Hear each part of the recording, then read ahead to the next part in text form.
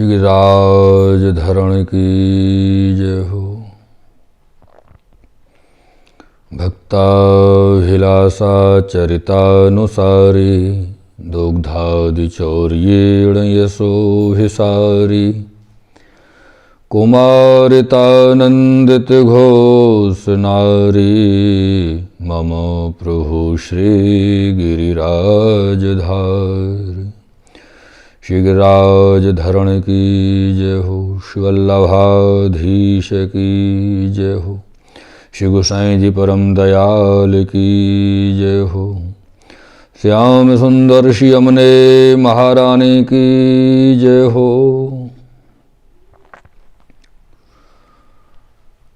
सर्वप्रथम तो आप समस्त भगवत भक्त श्रोताजनों को, वैष्णवजनों को जय श्री कृष्ण। भगवद स्मरण।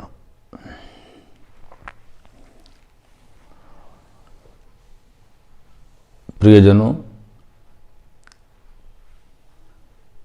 ये श्री गिरिराज जी का पूजन प्रसंग चल रहा है, जिसमें पहले 3 भागों में कुछ कुछ अंश प्रसंग दिया गया है, जिसमें तृतीय भाग में तो पुष्टि परिक्रमा के भाव से परिक्रमा का वर्णन किया गया। आज चतुर्थ भाव में प्रारंभ करने से पूर्व सबसे पहले तो आप सभी को वसंत पंचमी बसंतोत्सव की खूब खूब मंगल कामनाएं, मंगल बधाई, शुभकामनाएं। यहाँ पर जब पूजन का क्रम चला और समस्त व्रजजन, व्रज भक्त भगवान श्री बालकृष्ण लाल, यशोदोत्संग लालित नंदनंदन और श्री वृषभानुजी, वृषभानुनंदनी आदि समस्त जो निज जन हैं श्री ठाकुर जी के, पूजन करके अपने अपने यथास्थान, अपने अपने गृह को पधारे हैं। इधर जब पूजन का प्रसाद वितरण किया गया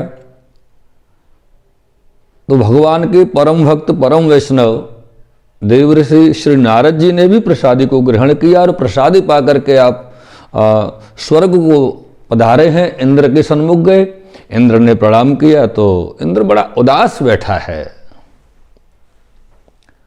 बोले, इंद्र क्या बात है, आप उदास क्यों हो? इंद्र कहता है, गुरुवर कुछ समझ में नहीं आ रहा, इस बार व्रज से हमको निमंत्रण नहीं आया। जो इंद्र याग किया जाता था, हमारी पूजा होती थी, इस बार निमंत्रण नहीं आया, क्या बात है? तो नारद जी कहते हैं, इंद्र निमंत्रण आया नहीं वहां तक तो ठीक है, लेकिन आगामी समय में आएगा भी नहीं। क्यों?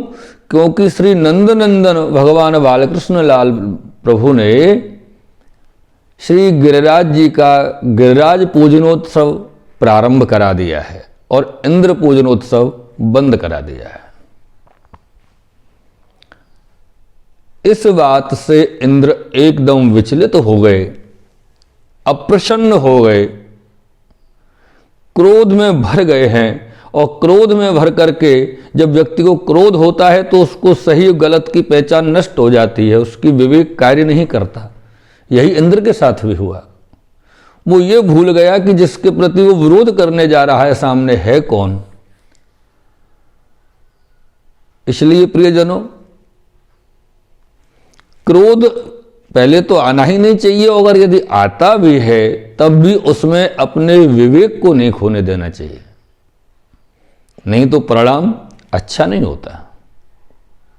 क्योंकि गलती हमारी ही होती है और दुष्परिणाम भी हमको ही भुगतना पड़ता है। प्रियजनों, इंद्र ने नाराज होकर के, रुष्ट होकर के सांवर्तक आदि अनेक वर्षा के जो इंद्र के गण हैं, मेघ हैं, उन सबको व्रज को नष्ट करने के लिए, प्रलयकालीन वर्षा करने के लिए व्रज में भेजा है। और इधर ये सभी प्रलयकालीन मेघ व्रज के ऊपर आकर के तेज तेज गड़गड़ाहट करने लगे हैं। और सभी जो व्रजजन हैं, व्रज भक्त हैं, व्रजांगनाएं हैं, व्रज गोप हैं, ग्वालनियां हैं, वो सब ग्वाल वाल सखा इत्यादि बहुत घबरा गए, डर गए हैं। और अब क्या होगा, क्योंकि पहले ही हमने कहा था कन्हैया से कि लाला अगर इंद्र रुष्ट हो गए तो बहुत गलत हो जाएगा। और जब कन्हैया ने हमको रास्ता दिखाया है, मार्ग दिखाया है श्री गोवर्धन पूजन का, तो उनकी ही शरण में जाना चाहिए। तो समस्त व्रजजन भगवान श्री बालकृष्ण की, गोपाल की शरण में पहुंचे हैं और वहां जाकर के भगवान श्री बालकृष्ण को प्रणाम किया है और पुकार की है, याचना की है, कृष्ण कृष्ण महाभागो त्वन्नाथम गोकुलम प्रभो त्रातुर्मर्हस्य देवान्न कुपिताद भक्त वत्सल। हे कृष्ण, हे कृष्ण, हे महाभाग, हे गोकुलनाथ, हे गोकुल के पति, हे श्री गोकुलेश, हमारी रक्षा करो, प्राणेश रक्षा करो। देवराज इंद्र कुपित हो गए हैं, हम आपकी शरण में हैं, क्योंकि आपके आदेश से ही हमने गिरिराज जी का पूजन याग किया है। तो भगवान नंद नंदन समस्त व्रज भक्तों को संबोधित करते हुए कहते हैं, अरे व्रजवासियों, चिंता क्यों कर रहे हो? मेरा तो व्रत है, मेरा तो संकल्प है। तस्मान मच्छरणम गोष्ठम मन्नाथम मत परिग्रहम गोपाये स्वात्म योगेन सोयम में व्रत आहित। ये तो मेरा व्रत है कि मैं अपने व्रज भक्तों की, व्रजजनों की, अपने भक्तों की, अपने प्रियजनों की, अपने जनों की सदैव सदैव सदैव रक्षा करता रहूंगा। कोई कुछ नहीं बिगाड़ सकता। चलिए, जहां पूजन किया है दोबारा से फिर से वहीं चलते हैं। सभी व्रज भक्तों को लेकर के नंदनंदन श्री गिरिराज जी की तलहटी में पुनः पधारे हैं और एक कुकुर मुत्ते का जो छत्ता होता है, जिस तरह एक बालक उसे उठा लेता है, ठीक उसी प्रकार से श्री नंदनंदन भगवान बालकृष्ण प्रभु ने श्री गिरिराज जी को धारण किया है। श्री गिरिराज धारण की जय हो। मेरे प्रियजनों, गिरिराज जी को धारण करने के पश्चात समस्त ब्रजभक्त, गौ गोपाल, सबको गिरिराज जी के भीतरी हिस्से में अपनी शरण में बुलाया है कि यहां आइए, आप यहां सब सुरक्षित हैं। क्योंकि मेरे प्रियजनों, जिन्होंने श्री ठाकुर जी की शरण ग्रहण कर ली, वो असुरक्षित तो हो ही नहीं सकता, कदापि नहीं हो सकता। जब मेघ घनी वृष्टि करने लगे तो भगवान श्री बलराम जी, जो शेष के स्वरूप हैं, उन्होंने अपने आकार को वृहद किया और गिरिराज जी के चारों तरफ एक मेड़ बना दिया कि बाहर से जल गिरिराज जी के भीतर न आए, सब ब्रजवासी सुरक्षित रहें, रक्षित रहें। और भगवान श्री बालकृष्ण ने अपने प्रिय अस्त्र सुदर्शन जी को ऊपर पधरा दिया है कि जल गिरिराज जी के ऊपर नहीं आए, जिससे कि बहकर के अंदर की तरफ आए। यहां पर गिरिराज धारण की लीला में मेरे प्रियजनों, पूरे व्रज की लीला में श्री ठाकुर जी ने चतुर्भुज रूप धारण किया है। द्वय स्वामिनी संयुक्तम, यहां द्वय स्वामिनियों के साथ विराजे हैं।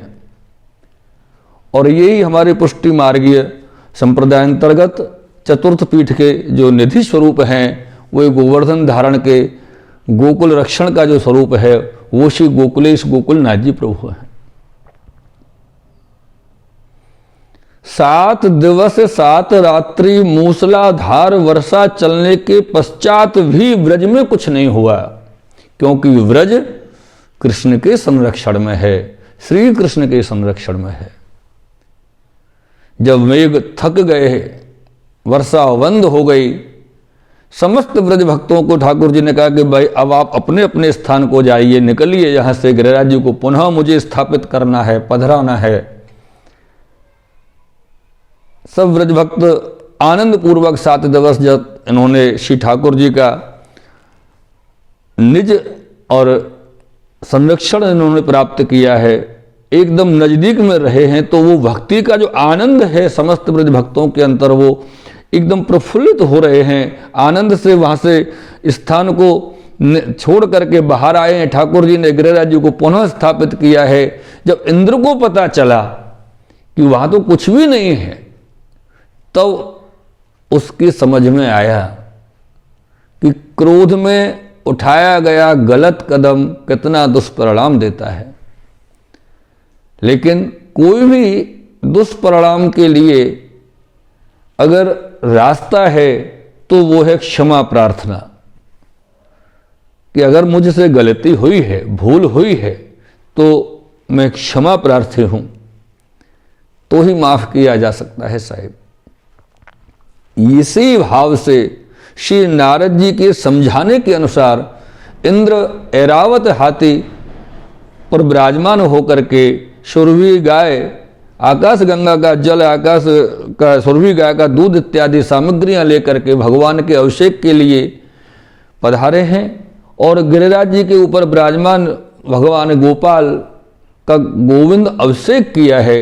और जहाँ ये गोविंद अभिषेक किया है इंद्र ने, वहाँ पर जो अभिषेक का जल, पंचामृत इत्यादि एकत्रित हुआ प्रियजनों, वही स्थान श्री गिरिराज जी की तलहटी में गोविंद कुंड से जाना जाता है। जब इंद्र ने अनेक प्रकार से क्षमा प्रार्थना की, भगवान का अभिषेक किया, इस अभिषेक का नाम था गोविंदाभिषेक। अभिषेक करने के पश्चात में जिस स्तोत्र से इंद्र ने प्रार्थना की है, वो स्तोत्र हम आपको सन्मुख करते हैं। मेरे प्रियजनों, वो स्तोत्र है, इंद्र कहते हैं श्री ठाकुर जी के सन्मुख, त्वं देव देव परमेश्वर प्रभु पूर्ण पुराण पुरुषोत्तमोत्तम परात् परस्त्वं प्रकृते परो हरिर्मां पाहि पाहि ध्युपते जगत्पते दशावतारो भगवास्त्वमेव ऋक्षया धर्म गवां श्रुतेश्च अद्यैव जातो परिपूर्ण देव कंसादिदैत्येन्द्र विनाशनाय त्वन्मायया मोहित चित्तवृत्तिं मदोद्धतं हेलन भाजनं मां पितेव पुत्रं द्युपते क्षमस्व प्रसीद देवेश जगन्निवासः।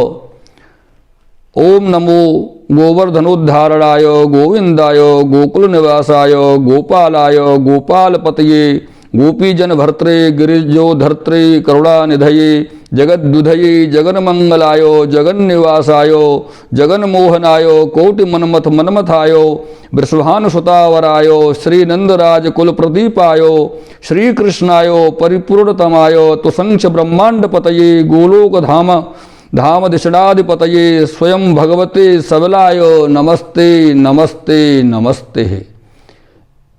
इस प्रकार से मेरे प्रियजनों, इंद्र ने भगवान की स्तुति की है। हे परमेश्वर, हे देवदेव, हे गोपाल, हे जगदीश्वर, हे नंद के लाला, नंद गोप कुमाराय, हे ब्रजभूषण, मैं आपकी शरण हूं, मेरी रक्षा करो, रक्षा करो, रक्षा करो। यहाँ पर श्री नारद जी भी बड़ी सुंदर आज्ञा करते हैं इस स्तोत्र के लिए। जो 4 श्लोक का जो स्तोत्र है प्रियजनों, नारद जी कहते हैं, इति शक्रो कृतम स्तोत्रम प्रातरुत्थाय य पठेत सर्वसिद्धिर भवेत् तस्य संकटान्न भयम भवेत्। जो व्यक्ति प्रातः काल उठ करके इस स्तोत्र का नित्य पाठ करता है, उसके जीवन में कभी भी भय का स्थान नहीं होता। इसलिए प्रियजनों, जो व्यक्ति इसका या तो करते हो या करेंगे, उनके जीवन में कदापि कोई प्रकार का भय नहीं रहता। जिस प्रकार से श्री कृष्ण की कृपा से, श्री गोवर्धन नाथ जी, श्रीनाथ जी बाबा नंद नंदन की कृपा से इंद्र हमेशा हमेशा के लिए अभय हो गए मेरे प्रियजनों, ठीक उसी प्रकार जीव भी श्री ठाकुर जी की कृपा से सदैव अभय को प्राप्त होंगे। यही इस श्री गोवर्धन पूजन प्रसंग के चतुर्थ भाग का मूल भाव है कि जो श्री गोविंद की शरण में है, उनकी शरण को जिसने ग्रहण किया, जैसे इंद्र ने भी ग्रहण किया है, वो सदैव सदैव अभय को प्राप्त होते हैं। और यही श्री महाप्रभु जी आज्ञा करते हैं, यही श्री गोसाई जी बाबा आज्ञा करते हैं कि श्री कृष्ण ही हमारे लिए एकमात्र शरण स्थान है, दूसरा कोई नहीं, कोई नहीं और कोई भी नहीं। इस प्रकार से इस चतुर्थ भाग को श्री गोवर्धन नाथ जी श्री जी बाबा के सन्मुख समर्पित करते हुए, आप सभी को भगवत स्मरण करते हुए अपनी वाणी को यहीं श्री गोवर्धन नाथ जी के चरणों में समर्पित कर रहे हैं। श्री गिरिराज महाराज की जय।